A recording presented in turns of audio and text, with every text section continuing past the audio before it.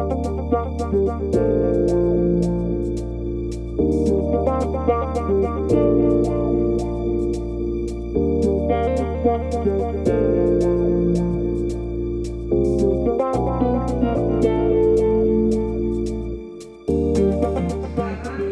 benvinguts de part del Col·legi Santa Anna. Estem molt orgullosos de que esteu ací, perquè els nostres alumnes han fet un treball meravellós, ingent però meravellós i d'inversió en el món del cinema.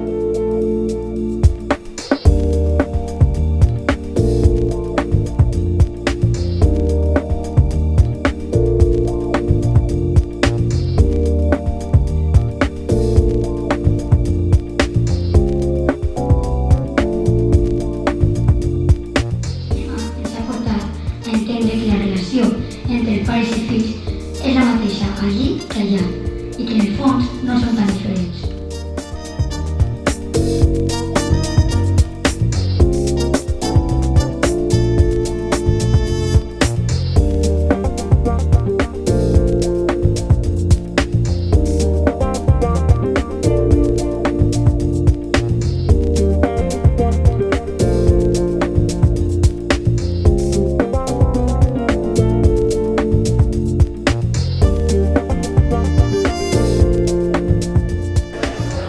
Bueno, la proyección en Villalonga ha sido realmente conmovedora.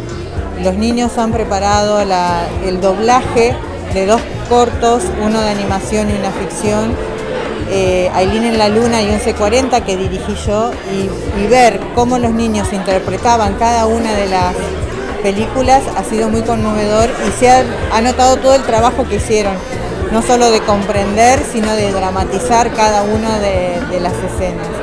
Y cómo cada uno trabajó el rol del personaje que le tocaba.